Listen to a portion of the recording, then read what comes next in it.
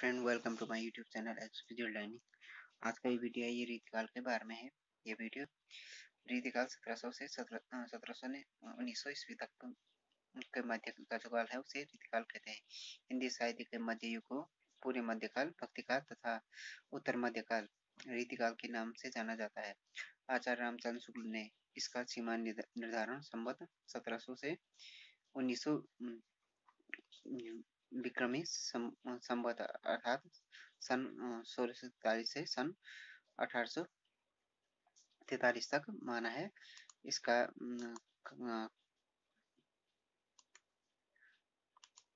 इसका काल ये 1900 ये है, ईस्वी ये संवत है। ये वाला विक्रमी है। ये रीतिकाल 1700 से 1900 विक्रम संवत 1700 से 1900 तक माना है।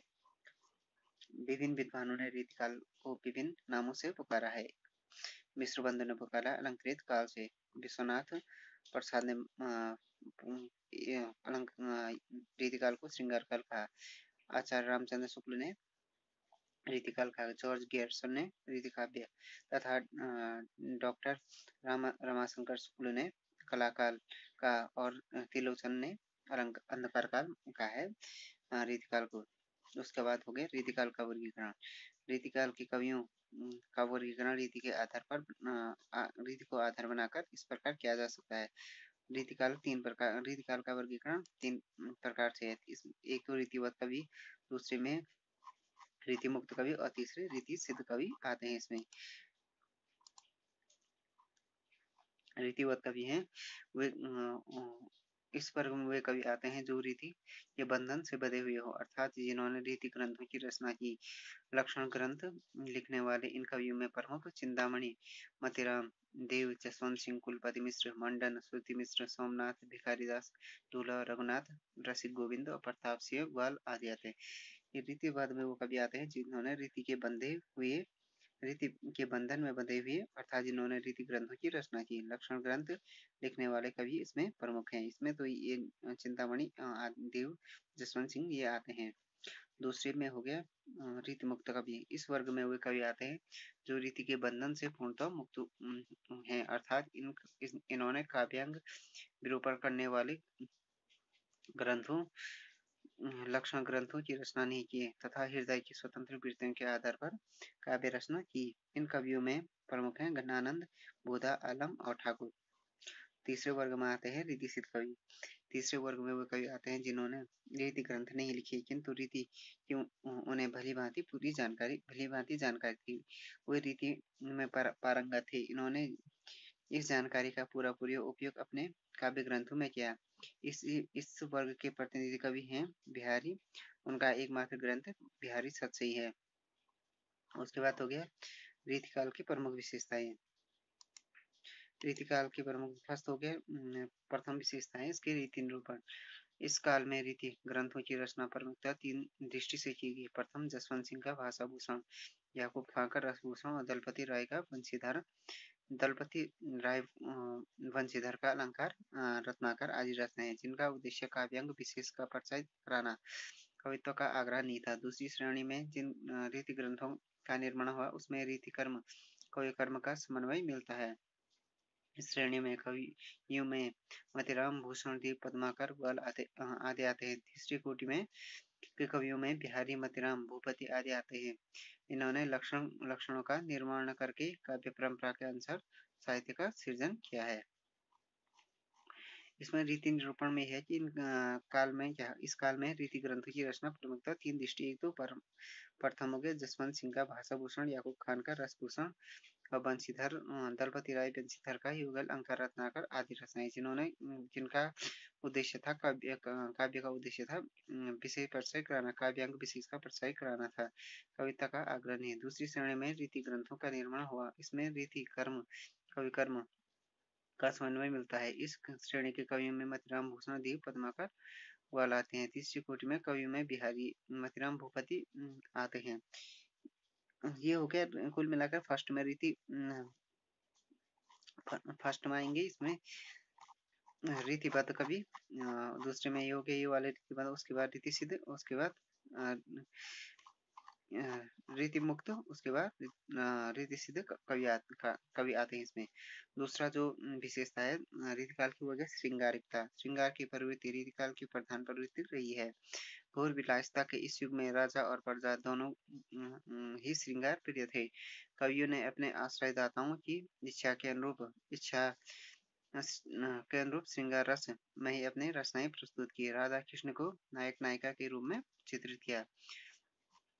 तीसरा था इनका राज प्रशस्ति, अलंकार और छंदों का विवेचन करने वाले ग्रंथों में यह प्रवृत्ति देखने को मिलती है। इनका मुख्य विषय क्या था? आश्रयदाताओं की दानवीरता और युद्ध अथवा युद्धवीरता ही रहा। उसके बाद चौथा विशेषता है वीर रस का प्रयोग, श्रृंगारिक वातावरण में वीर रस प्रधान कृतियों की रचना एक महत्वपूर्ण घटना थी। कविवर भूषण ने शिवाजी की वीरता और छत्रसाल के पराक्रम का वर्णन कर वीर रस के आधारित कृतियों की रचना की। पांचवा हो गया काव्य रूप।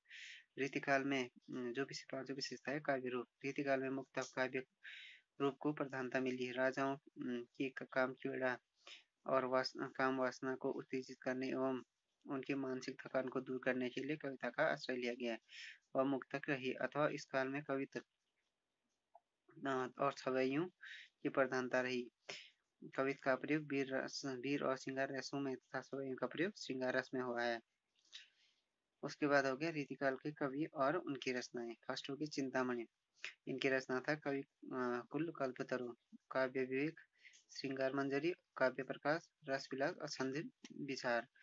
भूषण के थे शिवराज भूषण, छत्रसाल दशक, शिव बावनी, अलंकार प्रकाश, छंदो हृदय प्रकाश। इसके बाद मथिराम के हो गया ललित लला, मथिराम सतसई, रसराज, अलंकार 85 का, वृत्त कौमुदी, बिहारी का तो बिहारी सतसई हो गया। उसके बाद रसनिधि की रचना थी रतन हजारा, विष्णुपद कीर्तन, कविता अरिल, हिंडोला सतसई, हिंडोला सतसई गीत संग्रह।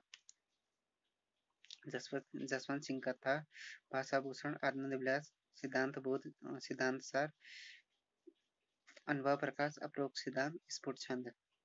कुलपति मिश्र का था रस रहस्य, मखशिक, दुर्गा भक्ति, तरंगणी, मुक्ति तरंगणी, संग्राम सार। आठवां हो गया मंडन का हो गया रस रत्नावली, रस विलास, नक्षिक, जानक पचीसी, नैन पचासा, काव्य रत्न। उसके बाद हो गया आलम का हो गया आलम केली, देव का हो गया देव विलास, देव का हो गया भाव विलास, भवानी विलास, कुशल विलास, रस विलास, जाति विलास, प्रेम तरंग, काव्य रसायन, देव शतक, प्रेम चंद्रिका, प्रेम दीपिका, राधिका विलास। ये तो हो गया देव का। उसके बाद हो गया सूरती मिश्र का हो गया अलंकार माला, रस रत्न माला, नक्षिप, काव्य सिद्धांत, रस रत्नाकर, श्रृंगार सागर, भक्ति विनोद। और 12वां हो गया निरुपशंभु का नायिका भेद, नक्षिक, श्रीपति का काव्य सरोज, कविकल्प, द्रुम, नक्षिक, काव्य सिद्धांत, रस रत्नाकर, श्रृंगार सागर, भक्ति विनोद। गोप का हो गया रामचंद्र भूषण, रामचंद्राभरण, रामालंकार। घरानंद का हो गया पदावली, वियोगी बेली, सुजान हित प्रबंध, प्रीति प्रवास, कृपा कंद निबंध, यमुना यश, परकीर्णन परकीर्णय छंद। रसलीन का हो गया अंग दर्पण, रस प्रबोध, स्फुट छंद। उसके बाद हो गया 17वां हो गया सोमनाथ का हो गया रस पीस निधि, श्रृंगार विलास, प्रेम पचीसी। 18वां हो गया रसिक, सुमति अलंकार चंद्रोदय। 19वां हो गया भिखारी दास का हो गया काव्य निर्णय, श्रृंगार निर्णय, रस सारांश, छंद प्रकाश, अंदाव। उसके बाद हो गया 20वां हो गया कृष्ण कवियों का हो गया अलंकार कलानिधि, गोविंद विलास। 21वां हो गया रघुनाथ का काव्य कलाधर, रस रहस्य। दूल्हा का हो गया कवि कुल कंठाभरण, स्फुट छंद। 23वां हो गया हित वृंदावन दास का हो गया स्फुट पद, लगभग 20,000 है। गिरधारी कविराय का स्फुट छंद। 25वां हो गया सेवादास का हो गया नक्षिक, रस दर्पण, राधा सुदास्तक, रघुनाथ अलंकार। रीतिकाल के कुछ तथ्य हैं यहाँ पे। देव को उपमा का बादशाह कहते हैं। आचार्य रामचंद्र शुक्ल ने चिंतामणि को रीतिकाल का प्रवर्तक आचार्य माना है, जबकि डॉक्टर नागेंद्र और श्याम सुंदर दास ने केशव को रीतिकाल का प्रवर्तक आचार्य माना है। उसके बाद हो गया चित्रकूट के सोलंकी राजा रुद्र ने भूषण को कवि भूषण की उपाधि प्रदान की। कवि भूषण का जो वास्तविक नाम था वो था घनश्याम। घनश्याम को विरोधाभास का बादशाह कहा जाता है। रीतिकालीन कवियों को काव्य भाषा जो थी ब्रज थी और सर्वाधिक प्रिय संत था सवैया। तो फ्रेंड्स ये हो गया